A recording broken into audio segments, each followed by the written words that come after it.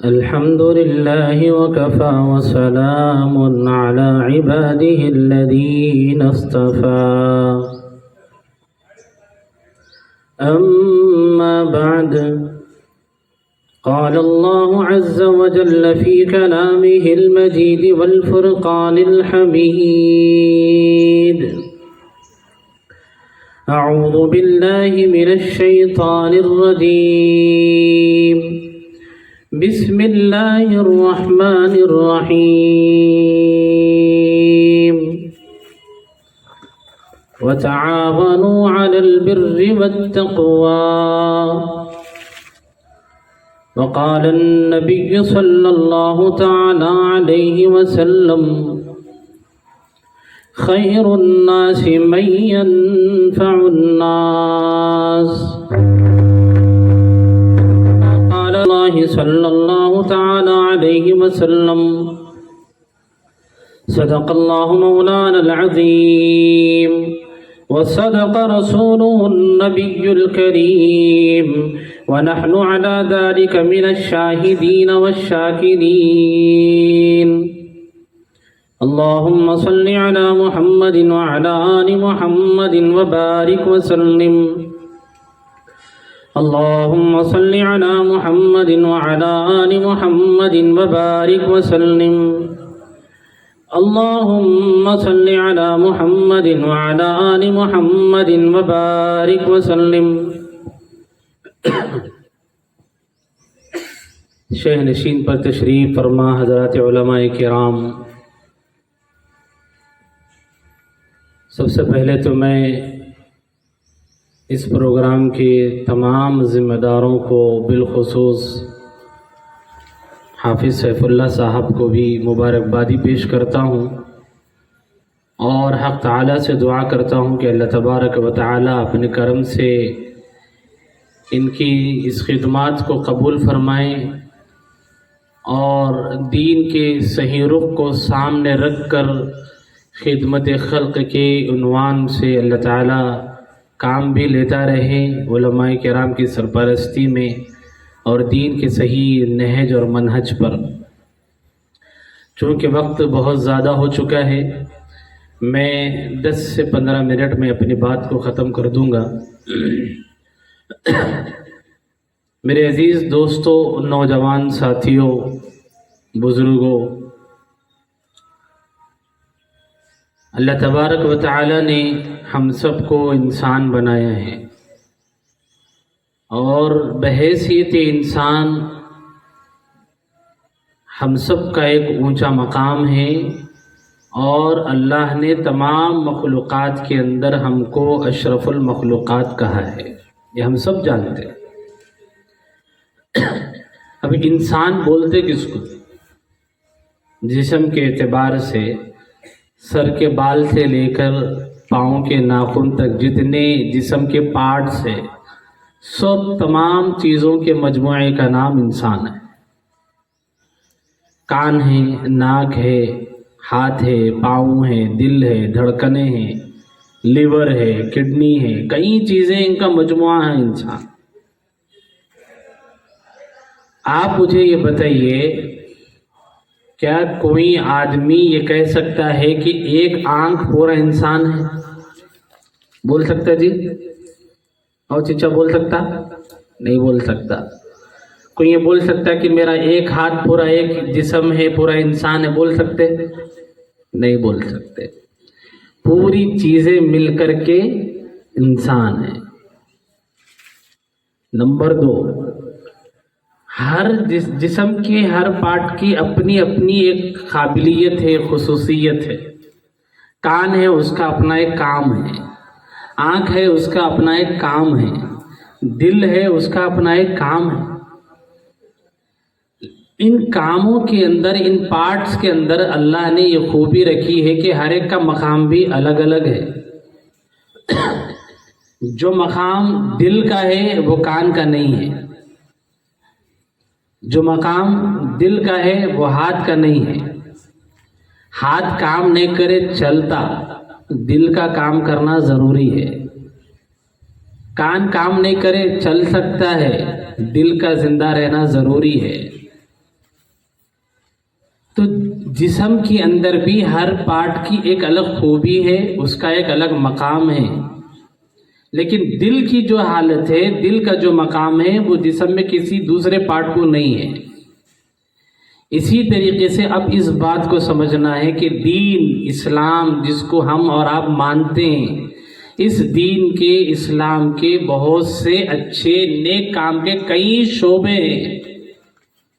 پڑھنا ہے، پڑھانا ہے، امامت ہے، لوگوں کے دین کی طرف بلانا ہے، بہت سارے نیک کام ہیں جو ہمارے نبی اور آخری نبی حضرت محمد مصطفیٰ صلی اللہ علیہ وسلم نے کیے ہیں، کرنے کا حکم بتائے ہیں اور کر کے گئے ہیں، صحابہ نے کیا ہے، ہم کو بھی کرنا ہے۔ ان کاموں میں سے ایک کام انسانوں کی خدمت کا بھی ہے، لیکن یہ کام اگر کوئی بولے کہ یہی کام دین ہے، یہ صحیح نہیں ہے۔ کوئی بولے کہ میں صرف پڑھا رہا ہوں، یہی دین ہے پورا، اس کا یہ بولنا بھی صحیح نہیں، یہ بھی دین کا کام ہے، یہ بھی دین کا کام ہے، لیکن جیسا کہ میں نے بتایا ہر پارٹ کا ایک الگ مقام ہے، الگ کام ہے۔ اسی طرح دین کے اس شعبوں میں کرنے کے جو کام ہیں، ان کی اہمیت اپنی جگہ ضرور ہے، حالات کے اعتبار سے کبھی ایمرجنسی آ جاتی ہے، اس کی اہمیت بڑھ جاتی ہے۔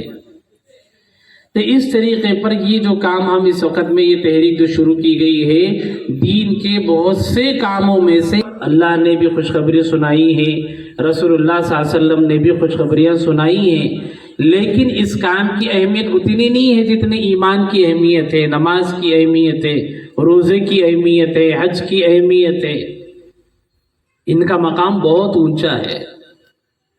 تو یہ چیزیں ہم کو اس لیے بتا رہا ہوں، میں یہ چیزیں بتانے کی ضرورت اس لیے پڑ رہی ہے کہ اس وقت میں ہمارے ملک بھارت کے اندر بہت سے لوگ، چاہے وہ کسی بھی مذہب کے ماننے والے ہوں، وہ لوگ بھی انسانوں کی خدمت کا کام کر رہے ہیں، مسلمان بھی کر رہے ہیں، مسلمانوں میں جتنے نظریات کے لوگ ہیں وہ سب کر رہے ہیں، لیکن ایک فضا یہ بھی بنائی جا رہی ہے دیگر مذاہبوں کو دیکھتے ہوئے، دیگر مذہب کے ماننے والوں کے طور طریقوں کو دیکھتے ہوئے کہ جی اس کے ہمارے دنیا کے اندر جیتے ہوئے صرف انسانوں کی خدمت کرنا ہی دین ہے، انسانوں کی خدمت کرنا ہی مذہب ہے، لوگوں کی مدد کے لیے کام کرتے ہی مرتے رہ جانا ہی اصل کام ہے، سمجھ رہے ہیں؟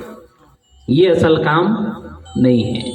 اصل کام تو اللہ کی عبادت، ان کا پرچار، ان کی وحدانیت، ان کے نبی محمد صلی اللہ علیہ وسلم کی لائی ہوئی تعلیمات کو ماننا، اور دنیا کے ہر انسان چاہے جس مذہب سے تعلق رکھتا ہو ان کے پیغام کو ان لوگوں تک پہنچانا، اللہ کے پاک کلام قرآن مجید سے لوگوں کو آشنا کرانا، ان سے پہچان کرانا، یہ اصل کام ہے۔ اب اس اصل کام کے لیے یہ جو کام ہے یہ ذرائع ہے، ذریعہ ہے، یہ مقصد نہیں ہے، اصل میں یہ ذریعے ہیں۔ اصل مقصد تو ایک اللہ کی عبادت ہے، رسول اللہ صلی اللہ علیہ وسلم کی اطاعت ہے، قرآن مجید پر عمل کرنا ہے، رسول اللہ کی سنتوں پر چل کر زندگی گزارنا ہے، اور اللہ کے بندوں کو اللہ کی طرف بلانا ہے، ایک اللہ سے جوڑنا ہے۔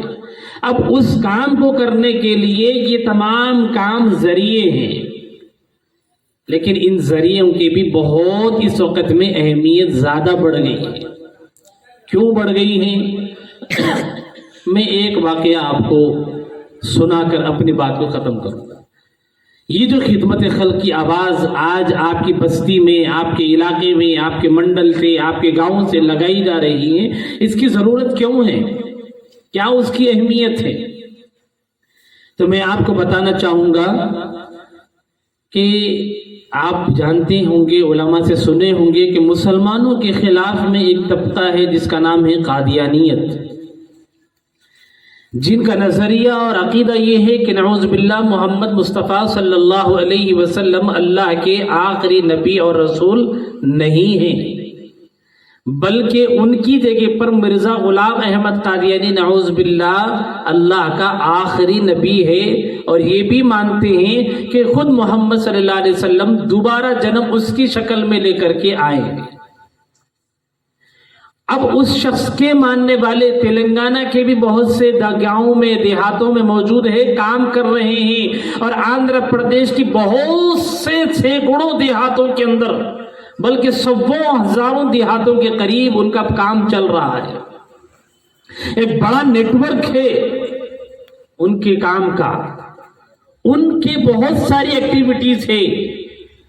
ان کا مشن، ان کا مقصد یہ ہے کہ ایک ایک مسلمان کو اللہ اور اس کے نبی کے دین سے کاٹ کر، نبی رحمت صلی اللہ علیہ وسلم کی غلامی سے نکال کر، اور آقا نامدار محمد رسول اللہ صلی اللہ علیہ وسلم کی غلامی سے ہٹا کر کے مرزا کی غلامی میں لگا دیا جائے۔ ان حضور کو نبی نہ مان کر کے مرزا غلام احمد قادیانی کو نبی مان لیا جائے، ایسا ان کا پرچار ہے، ان کی ایسی ایکٹیویٹیز ہے۔ ان تمام ایکٹیویٹیز کو انجام دینے کے لیے وہ ایک کام کرتے ہیں خدمت خلق کا۔ ان کاموں کے اندر ایک خطرناک ان کا کام یہ ہے کہ جہاں جہاں مسلمان دیہاتوں کے اندر غریب مسلمانوں کے بچے یتیم ہیں، بے سہارا ہے، لاوارث ہے، کوئی پرسان حال نہیں ہے، ان بچوں کو یہ قادیانی لوگ ایڈاپٹ کرتے ہیں، گود لے لیتے ہیں، اور ان کو پھر پنجاب کو لے جا کر ان کی پرورش کرتے ہیں، ان کو پالتے ہیں، پوستے ہیں، بڑا کرتے ہیں، ان کی پڑھائی کا اخراجات برداشت کرتے ہیں، اور اسلام کے خلاف، محمد رسول اللہ کے خلاف میں ایک قادیانی پنڈت کی حیثیت سے، قادیانی اسکالر کی حیثیت سے اس کو اسلام کے خلاف میں لا کر گاؤں میں بٹھا کر کام کرا رہے ہیں۔ کیسے کام کر رہے ہیں؟ ہمارے ہی گاؤں میں آ رہے ہیں، مسلمانوں کے علاقوں میں آ رہے ہیں، مسلمانوں کے یتیم بچوں کو اٹھا رہے ہیں، اور اٹھا کر کے ان کو لے جاتے ہیں اپنے یتیم خانوں میں، ان کی پرورش کا نظام بنا کر کام کرتے ہیں، ان کو پڑھا رہے ہیں، اور اسلام کے خلاف، نبی صلی اللہ علیہ وسلم کے خلاف میں کام کرتے ہیں۔ اور ان کے اس شعبے کا نام ہے اطفال احمدیہ، ان کا یہ شعبہ ہے کام کا۔